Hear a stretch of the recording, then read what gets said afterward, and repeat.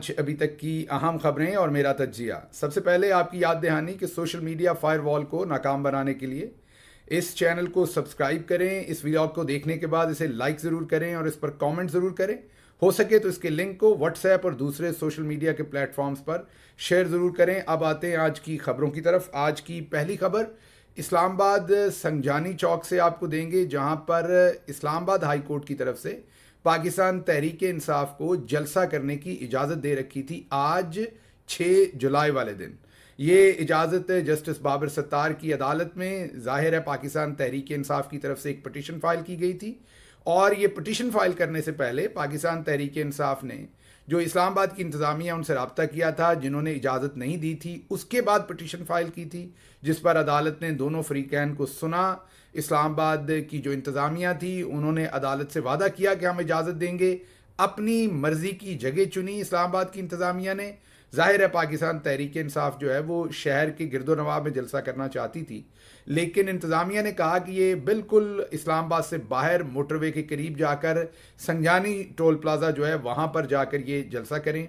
और तहरीक इंसाफ ने कहा ठीक है, हमें वहाँ इजाज़त दे दें, हम वहाँ भी कर लेंगे। तो इस पर अदालत के अंदर जो इंतज़ामिया थी उन्होंने वो इजाज़तनामा जमा करवा दिया। अदालत के अहकामात पर जलसे की इजाज़त इंतज़ामिया ने मजबूरन दी और इजाज़तनामा NOC जो है वो जमा करवा दिया गया। अदालत में भी तहरीक इंसाफ को भी कॉपी दे दी गई। ये अलग बात है कि जलसे के जो मेन एक हमारे 3 वहाँ पर MNA हैं इस्लामाबाद में, उनमें से एक MNA आमिर मुगल को DC ऑफिस में बुलाया गया कि वो असिस्टेंट कमिश्नर से मिलकर इंतजामात को फाइनल कर लें। जब वो DC ऑफिस गए तो वहाँ से उन्हें गिरफ्तार कर लिया गया। और जलसे के लिए आज जब 6 जुलाई को जलसा होना था, जाहिर है कल से वहाँ पर इंतजामात किए जाने थे, कंटेनर्स आने थे, लाइट्स होती हैं, साउंड होता है, वो सब कुछ कल रात वहाँ पर ऑपरेशन शुरू कर दिया गया। वो तमाम चीज़ें वहाँ से उठा ली गई। सदीक जान ने रात गए वहाँ से रिपोर्ट किया और बताया कि एक भी कंटेनर जो है वो जलसा हॉल के अंदर नहीं छोड़ा गया। जाहिर है कंटेनर्स के साथ स्टेज बनाया जाता है, क्योंकि आवाम ज़्यादा होती है तो स्टेज के ऊपर खड़े होकर ही आवाम को नज़र आया जा सकता है और वहाँ से खिताब किया जा सकता है। तो वहाँ से तमाम कंटेनर्स हटा लिए गए, उठाकर ले गए। जो तहरीक इंसाफ ज़ाहिर है वो रेंट पे लेकर आते हैं आप वो कंटेनर्स को, और जितना भी इक्विपमेंट था वो भी वहाँ से पुलिस जो है उठाकर ले गई। जो लोग थे उनको भी कुछ को गिरफ्तार किया। और दूसरी तरफ अदालत के अहकामात मौजूद हैं कि आप जलसा कर सकते हैं। अदालत NOC दे चुकी है, लेकिन डर इतना है कि यहीं पर नहीं रुका गया, बल्कि इसके साथ साथ जो टाउट्स हैं 2-3 अपने इस्टेब्लिशमेंट के, वो खौफ व हरास फैला रहे हैं कि अगर लोग वहाँ गए तो उनको गिरफ्तार कर लिया जाएगा। लेकिन सदीक जान ने जो वहाँ से रिपोर्ट की वो ये की कि जगह ऐसी है कि एक तो वहाँ से गिरफ्तारी मुमकिन नहीं होगी, क्योंकि कई रास्ते जाते हैं उसको, और आवाम को जितना भी रोकने की कोशिश करेंगे आवाम फिर भी आ सकेगी। शायद इसी डर से, इसी मजबूरी से उन्होंने वहाँ से कंटेनर हटाए हैं और बाकी तमाम चीज़ें भी उठाई हैं, क्योंकि उन्हें लगता है कि इजाज़त नहीं भी देंगे तो आखिरकार जलसा हो जाएगा और फिर ना हम रोक सकेंगे, पब्लिक भी आ जाएगी। डराने की कोशिश कर रहे हैं कि पब्लिक को गिरफ्तार कर लिया जाएगा। ऐसा इसलिए नहीं हो सकेगा कि इस्लामाबाद हाई कोर्ट के अहकामात मौजूद हैं जलसा करने की, और जिनको भी गिरफ्तार करेंगे हाई कोर्ट उनको फ़ौरन रिहा करने के अहकामात दे देगी। और पब्लिक जब इतनी बड़ी तादाद में आती है तो गिरफ्तार करना वैसे भी मुश्किल होता है। सिर्फ लोगों को डराने के लिए कि लोग ना आए, एंगेज ही मत हो ऐसी जगह के ऊपर और जलसा ना हो सके, ये सारे का सारा ड्रामा जो है वो रचाया जा रहा है। लेकिन आप देखिए कि आज की इस्टेब्लिशमेंट जो है वो किस तरह का निज़ाम पाकिस्तान के अंदर लाना चाहती है कि इस्लामाबाद की हाई कोर्ट ने इजाज़त दी है, लेकिन उस इजाज़त को भी किसी सूरत जो है ख़ातर में नहीं ला रहे। और हाई कोर्ट के अंदर, हालांकि ये तमाम बहस हो चुकी थी, हाई कोर्ट के अंदर ये पूछा जा चुका था कि आप बताइए आपको कोई एतराज़ तो नहीं है इस जलसे के ऊपर। हाई कोर्ट ने ये सवाल वाज़े तौर पर पूछा था, और हुकूमत की इजाज़त के बाद ही इस जलसे का जो है वो ऐलान किया गया। इसकी जो इजाज़त है वो मिली। अगर हुकूमत को कोई प्रॉब्लम होती तो ये जलसा करने की इजाज़त होती ही ना, जलसा किया ही ना जाता।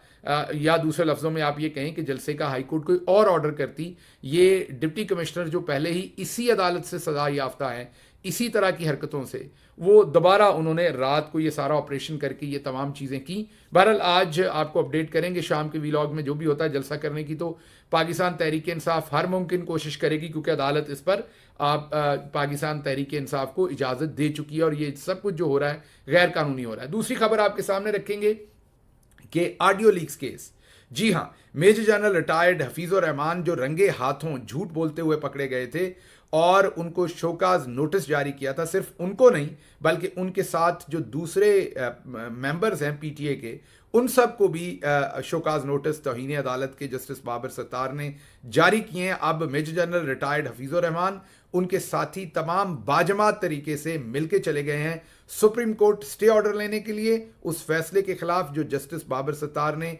इस्लामाबाद हाई कोर्ट से दिया था। सिर्फ आपको 1 मिनट का इसका बैकग्राउंड बता दूं या उससे भी शॉर्ट बैकग्राउंड यह है कि आपको पता है कि पाकिस्तान की इंटेलिजेंस एजेंसीज लोगों की कॉल्स रिकॉर्ड करती हैं और प्राइम मिनिस्टर से लेके सभी की कॉल्स रिकॉर्ड भी हुई हैं और बाद में उनमें से मर्जी के टोटे जोड़कर उनको रिलीज किया गया ताकि मर्जी के मतलब दिए जा सकें। इसके खिलाफ इस्लामाबाद हाई कोर्ट के अंदर एक पिटीशन सुनी जा रही थी जिसमें जस्टिस बाबर सत्तार ने तमाम जो एजेंसीज थी और तमाम इससे रेलिवेंट इदारे, स्पेशली पाकिस्तान टेलीकम्युनिकेशन अथॉरिटी जिसका काम है जो सेलुलर कंपनीज को भी कंट्रोल करती है, टेलीकॉम के पूरे सिस्टम के ऊपर वही अथॉरिटी है और उसके जो सरबराह हैं वो major general retired Hafeezur Rahman है। तो उन्होंने हफीज से भी पूछा कि पाजी आप रिकॉर्डिंग करवाते हैं, आपने इजाज़त दे रखी है रिकॉर्डिंग की। हफीज बड़ी नौरानी शख्सियत रखते हैं और उन्होंने अदालत में आके कहा कि जी हम किसी किस्म की हमने इजाज़त नहीं दी। अदालत ने टेलीकॉम कंपनीज को बुला लिया। टेलीकॉम कंपनीज जाहिर है मल्टीनेशनल कंपनीज हैं, उनके जो सारे सीईओ और दूसरे लोग हैं वो ज़्यादातर बैरून मुल्क से भी उनका ताल्लुक होता है, वो तो झूठ नहीं बोलेंगे अदालत में। जब टेलीकॉम कंपनीज को बुलाया गया तो उन्होंने अपने वकीलों के थ्रू अदालत को बताया कि जी बिल्कुल रिकॉर्डिंग होती है और ये जो पीटीए कह रहा है कि और हफीज़ कह रहा है, mean major general retired Hafeezur Rahman जो कह रहे हैं ये पाजी झूठ बोल रहे हैं और रिकॉर्डिंग होती है और 40 लाख पाकिस्तानियों की रिकॉर्डिंग होती है। जी हाँ, एक दो की नहीं, 40 लाख पाकिस्तानियों के फ़ोन रिकॉर्ड होते हैं और कंपनीज ने बताया कि हमने अपने पैसों से ये सिस्टम लगाकर जो है ये टेलीकॉम कंपनीज को दे रखा है और टेलीकॉम कंपनीज जब उनका दिल करता है, टेलीकॉम कंपनीज ने कहा कि एजेंसीज को जो ISI, MI, IB, specially ISI और आईबी का नाम लिया उन्होंने, उनको हमने दे रखा और अपनी मर्जी से डाटा को एक्सेस कर सकते हैं और इसमें हमसे ना वो पूछते हैं ना बताते हैं। हमें जो वजारत दाखिला और पीटीए उनके अहकामात पर हमने ये सिस्टम लगा के रखा है। बस ये क्या था, जैसे ही वो झूठ बोलते पकड़े गए अदालत में, क्योंकि इससे पहले ये ज़हन में रखिए कि वर्बल झूठ नहीं बोला था हफीजुर रहमान साहब ने, उन्होंने लिखकर झूठ बोला था इससे पहले अदालत में, एफिडेविट दिया था, बयान हल्फी दिया था। उसके बाद अदालत के पास और कोई चारा नहीं था कि वो उनको तौहीन अदालत का नोटिस जारी करने के अलावा और क्या करें। उन्होंने पीटीए के चेयरमैन को और दूसरे मेंबर्स को तौहीन अदालत का नोटिस जारी किया और अब उसको रुकवाने के लिए भाग कर गए हैं सारे काजी साहब के पास। देखते हैं काजी साहब इसमें क्या करते हैं। स्पेस तो ज़्यादा नहीं है काजी साहब के पास भी, लेकिन फिर वो तो काजी साहब है ना, कुछ भी कर सकते हैं। तो ये खबर आपके सामने रखनी थी।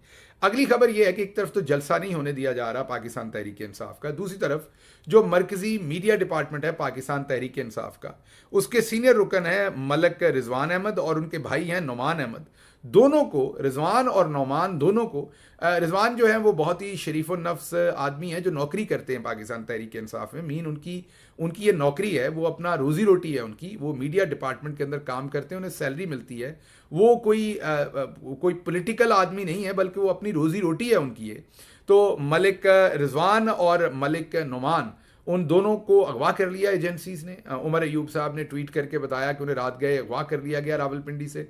आपको पता है इससे पहले अजहर मिशवानी के 2 भाई, मेरा भाई अपना और अब नुमान और रिजवान, ये दोनों भी अगवा कर लिए गए हैं। और मुल्क में कानून क्या है, आप सोच लीजिए कि अगर हम किसी दूसरे मुल्क की सिक्योरिटी एजेंसीज के हत्थे चढ़े होते तो शायद वो भी यही सलूक करते। अब हमारे अपने मुल्क की एजेंसीज भी हमारे साथ वही सलूक कर रही हैं। तो आप हालात देख लें कि किस तरफ जा रहे हैं और हो क्या रहा है। बहरहाल इसके लिए जाहिर है आप पिटीशन दायर करनी पड़ेगी इस्लामाबाद हाई कोर्ट में और देखते हैं ये सब कुछ क्या होता है, या उन पर कोई झूठी सच्ची FIR दे के उन्हें मंजरे आम पर ले आएंगे एक आध दिन के अंदर। यही कार्रवाइयाँ जो हैं ये हमें ले डूबी हैं, यहाँ तक ले आई हैं। अगली खबर आपके सामने रखेंगे कि एक तो हमने आपको बताया था कि फैसलाबाद के अंदर रिक्शा ड्राइवर महंगाई से तंग आकर चौक के अंदर मुकम्मल बरहना होकर अपना बिजली का बिल लेकर एहतजाज कर रहा था, तो दूसरी तरफ एक छोटा बच्चा जो टॉफ़ी या कोई चीज़ दुकान से चुराते हुए दुकानदार ने लाहौर में पकड़ लिया, उस छोटे कमसन बच्चे को उस दुकानदार ने बदबख्त ने नंगा किया, उसका मुंह काला किया और उसे पूरी मार्केट में फिरवाया। एक तरफ तो गुर्बत, अफलास और जो मैं ये कहूँगा इखलाकी पस्ती का हाल ये है हमारा, तो दूसरी तरफ फैसला ये किया गया है कि सदर पाकिस्तान के लिए 30 करोड़, जी हाँ, जरदारी साहब जिन्हें मिस्टर 10% कहते हैं और मौजूदा मिलिट्री इस्टेब्लिशमेंट उन्हें अपने सुप्रीम कमांडर इन चीफ के तौर पर लेकर आई है। मीन सदर पाकिस्तान आपको पता अफवाज के कमांडर भी होते हैं। खुसूसी तौर पर फॉर्म 47 पर इन लोगों को जितवा कर, इनकी असम्बली बनवा कर और उनके ऊपर फिर आसिफ जरदारी साहब को लाए हैं। यही चिराग जलेंगे तो रोशनी होगी, ये हमने सुन रखा था, लेकिन आप देख भी रहे हैं। तो चिराग जलाए गए हैं जी। अब ये चिराग चाहते हैं कि इन्हें 30 करोड़ रुपए की नई गाड़ियां लेके दी जाएं। इसके साथ साथ अगली खबर आपके सामने यह है कि जो गवर्नर पंजाब हैं, जो पीपल्स पार्टी के हैं, और इससे पहले केपी के में जो गवर्नर हैं वो भी पीपल्स पार्टी के हैं, उनके घर का 21 लाख रुपए बिजली का बिल था। उन्होंने घर को ही गवर्नर जो ऑफिस, कैंप ऑफिस डिक्लेयर कर दिया। तो जो पंजाब में पीपल्स पार्टी के गवर्नर हैं, उन्होंने कहा मैं कैसे पीछे रहूं। उन्होंने अटक में मौजूद अपने घर के जो रेजिडेंस थी उसे कैंप ऑफिस डिक्लेयर कर दिया। और अचंभे की बात यह है कि इससे पहले बलीगो रहमान गालिबन नून लीग के पंजाब के गवर्नर थे और कई महीनों से वो हट चुके हैं गवर्नरशिप से, लेकिन पंजाब हुकूमत ने आज जाके नोटिफिकेशन किया और उनकी जो ऑफिशियल रेजिडेंस या उनका जो कैंप ऑफिस डिक्लेयर किया था बहावलपुर में, उसको आज जाकर कैंसिल किया है। तो कहने की बात यह है कि आप हालात देख लें कि एक तरफ लोग बरहना हो रहे हैं, लोगों के जो हालात हैं वो आपके सामने हैं, और दूसरी तरफ 30 करोड़ की गाड़ियां। दोनों गवर्नर्स ने कहा कि हमने बिजली के बिल और खर्चे क्यों दे रहे हैं, हमारे घरों डेरों को भी कैंप ऑफिस बनाया जाए। जरदारी साहब ने पता नहीं कितने कैंप ऑफिस लाड़काना, नोडेरो और सारी जगहों पे बना दिए। शरीफ खानदान ने जाती उमरा से लेके मॉडल टाउन तमाम जगहों को कैंप ऑफिस बना दिए। या आपको याद करवा दें कि इमरान खान के ज़माने में एक भी किसी का कैंप ऑफिस नहीं था। ना बुजदार साहब को ये जरूरत हुई थी कि वो अपने डीजी खान को जाकर कैंप ऑफिस बना दें।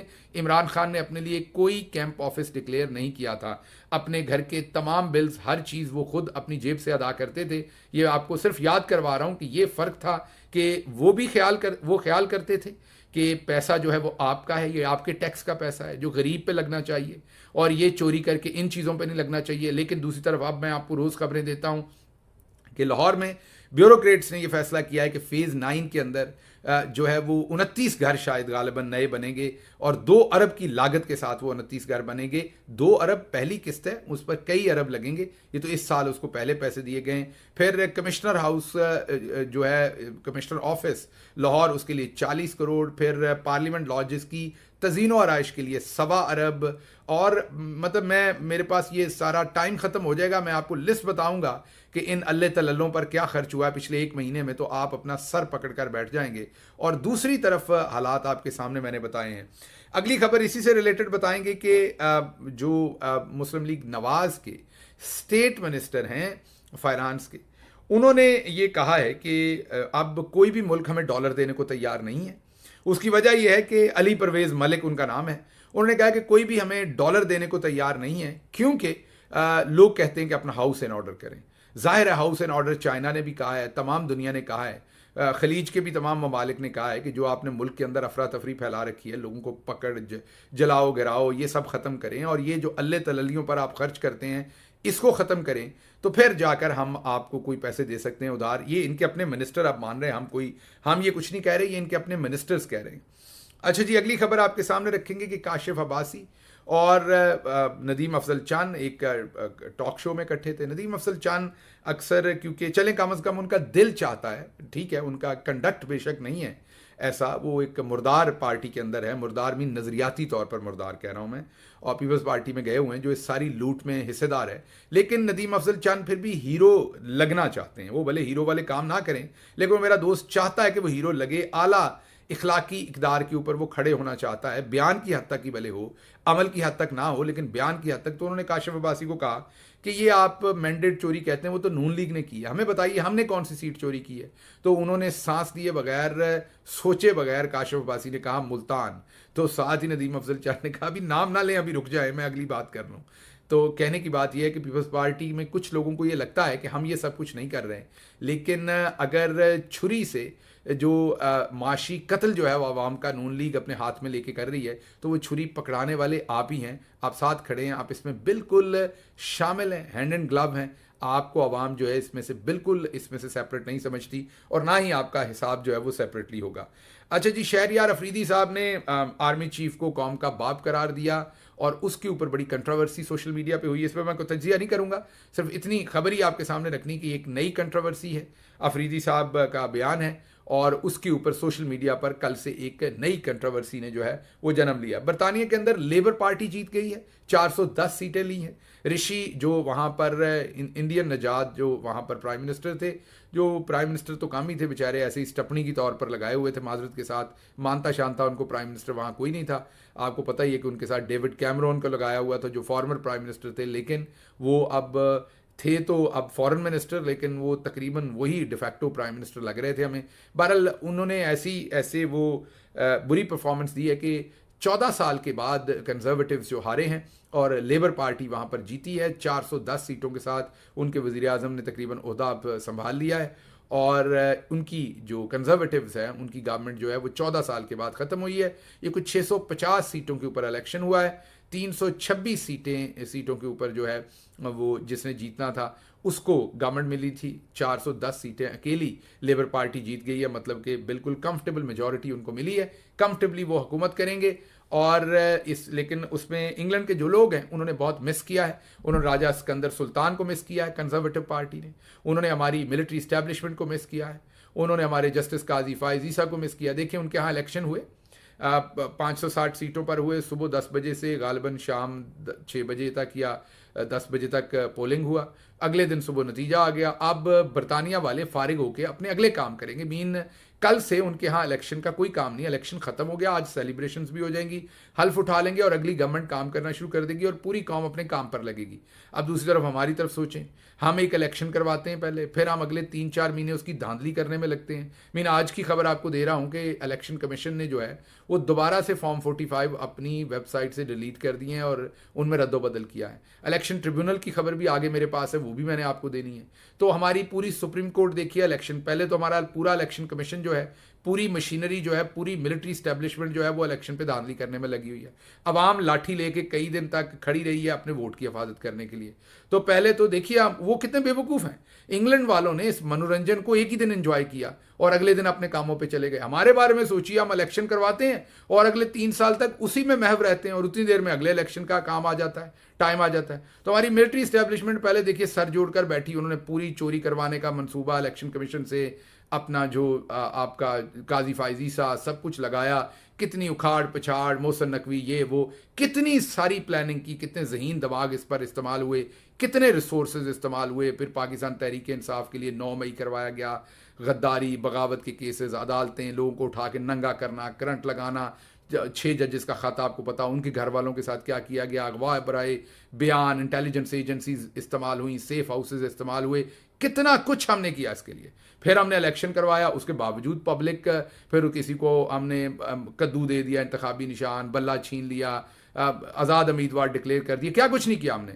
लोगों ने कद्दू तोरी के ऊपर भी जाकर मोहरें लगा दी, फिर एक पार्टी इलेक्शन जीत गई। अच्छा ये तो अब हमें नहीं चाहिए, अब हमको इंग्लैंड तो है नहीं एक दिन में हमने फारिग हो जाना, हमारे लिए तो ये मनोरंजन है। तो फिर हमने क्या किया, हमने कहा कि नहीं जी इसको तो आगे चलाएंगे। फिर हमने धांधली के प्रोसेस को अगले 15-20 दिन चलाया, फिर वो कमिश्नर चट्ठा बोल पड़े, फिर काजी साहब बोल पड़े। अब रोज़ हाई कोर्ट्स भी सारी मसरूफ़ हैं इसी इलेक्शन के चक्कर में, सुप्रीम कोर्ट ऑफ पाकिस्तान भी मसरूफ़ है, लोग जेलों में सड़ रहे हैं, उनके मुकदमे नहीं सुने जा रहे। पूरी आपकी मिलिट्री इस्टेब्लिशमेंट, आपकी इंटेलिजेंस एजेंसीज इस काम पर लगी हुई हैं। और दूसरी तरफ खबर आ रही है कि वज़ीरिस्तान के अंदर बहुत सारे जो तालिबान हैं वो शायद अफ़गानिस्तान से, अब मुझे नहीं पता कि ये सोशल मीडिया के ऊपर ये वीडियो है, बड़ी तशवीशनाक वीडियो है। अब ये नहीं पता कि ये मौजूदा वीडियो है या कोई पुरानी है, लेकिन सोशल मीडिया पे तबसरे यही हैं कि मौजूदा वीडियो है कि हज़ारों की तादाद में तो जो तालिबान हैं वो पाकिस्तान के अंदर दाखिल हो रहे हैं। एक तरफ ये हालात बने हुए हैं और दूसरी तरफ आप देखिए कि हम सारे के सारे किस चीज़ के अंदर मसरूफ़ अमल हैं। तो इंग्लैंड वाले वाकई बेवकूफ़ हैं, उन्होंने इलेक्शन को एंजॉय ही नहीं किया। आप हमें देखें, इलेक्शन करवा के हमने गले में डाला हुआ है और अब ये कई अगले महीने, अभी इलेक्शन ट्रिब्यूनल कुछ इंसाफ करने लगे थे तो काजी साहब ने उन ट्रिब्यूनल्स को ख़त्म कर दिया। अब नए ट्रिब्यूनल्स बनेंगे, उनमें नए काम होंगे, फिर वो इलेक्शंस को वो रिकॉर्ड गायब होगा, रिकॉर्ड को आग लगेगी। अभी सोचिए कितने लोगों की रोजी रोटी इसके अंदर चलनी है। तो ऐसे ही तो नहीं ना, इंग्लैंड वाले जो हैं वो बिल्कुल उसको बड़ा ही बोरिंग सा कंट्री कहते हैं, बेवकूफ़ से लोग कहते हैं। उनको वाकई हमारे यहाँ से ये टेक्नोलॉजी इंपोर्ट करनी चाहिए थी, तो इलेक्शन करा के आवाम को वो बिल्कुल मसरूफ़ रखते अगले कई साल और लोग इलेक्शन में से ही बाहर ना आते। अच्छा जी, जो पंजाब और सूबाई हुकूमतें थी केपीके के अलावा, उन्होंने वफाकी हुकूमत से ये रिक्वेस्ट की थी कि मोबाइल फ़ोन तो बंद करें मुहर्रम के दौरान। उन्होंने कहा साथ लगे हाथ यूट्यूब, ट्विटर तो पहले ही बंद है, बाकी तमाम जो एप्लीकेशंस हैं उन्हें भी बंद कर दें, फेसबुक, व्हाट्सएप, ये सब कुछ बंद कर दें। मतलब इनका बस चले तो मुल्क बंद कर दें सिर्फ, और सुनियाँ हो जान गलियाँ तो विच मिर्ज़ा यार फिरे। अब मेरा ख्याल हुकूमत को कोई बैरूनी प्रेशर आया, क्योंकि IMF का भी अभी पैसा मिलना है, तो उन्होंने कहा कि नहीं, मोबाइल फ़ोन ही बंद करेंगे, इंटरनेट ही बंद करेंगे, अभी हम एप्लीकेशंस बंद नहीं करेंगे। उन्होंने उनकी रिक्वेस्ट जो है वो रिजेक्ट कर दी है। सिंध यूनाइटेड पार्टी जो है, उन्होंने मुतालबा किया है सिंध हुकूमत से कि जो DHA को 6000 एकड़ ज़मीन देने का आपने प्रोसेस शुरू किया है, इसमें उन्होंने कहा है कि सैकड़ों, जी हाँ, सैकड़ों माहीगीरों के जो जो देहात हैं वो मुतासर होंगे, उनकी रोज़ी रोटी मुतासर होगी, इन्वायरमेंट मुतासर होगा, इकोलॉजी पूरी की पूरी वहाँ की मुतासर होगी। आप इस काम को बंद करें। ये ज़मीन जो है वो ये गरीब हारियों की है, ये उन माहीगीरों की है, और पहले ही 2/3 से ज़्यादा ज़मीन जो है वो कंटोनमेंट बोर्ड के पास है, मीन मिलिट्री के पास है किसी ना किसी तरीके से। तो उन्होंने कहा कि इस काम को बंद किया जाए। ये सिंध के अवाम का हक है, गरीब अवाम का। ये ज़मीन जो है, ये DHA को देने का जो प्रोसेस है वो फौरी तौर पर रोका जाए। पहले भी बहुत सारी ज़मीन दे दी गई है। ये सिंध यूनाइटेड जो पार्टी है वो ये लेके आए हैं एक दरख्वास्त। उसके बाद इमरान खान की उनके बेटों के साथ मुलाकात करवाने की जो है वो इजाज़त दी है जज साहब ने, और उन्होंने मुलाकात के लिए, मीन अभी इजाज़त तो हतमी तौर पर नहीं दी, नोटिस जारी किए हैं अडयाला के हकाम को, और उनसे पूछा है कि आप मुलाकात क्यों नहीं करवा रहे, मुलाकात करवाएं। अब देखते हैं उस पर क्या फ़ैसला होता है, क्योंकि आप देखें ना, इंग्लैंड वाले वो किधर चले गए। हम कह रहे हैं कि इमरान खान ने इद्दत में